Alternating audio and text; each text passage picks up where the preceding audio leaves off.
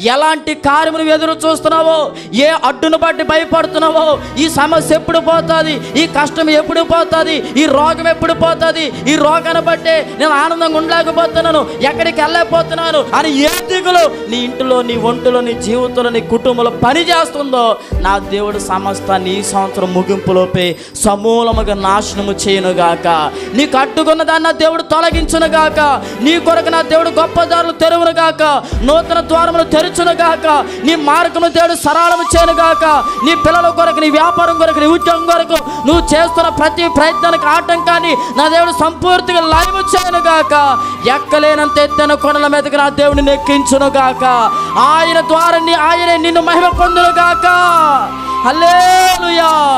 నువ్వు నవ్వుతూ బ్రతకడానికి ఏది అడ్డుకుందో, ఏ ప్రాకారమైన నా దేవుడు దాటించగలిగినాడు, అవసరమైతే దాన్ని తీసేయగలిగినాడు, అంతే.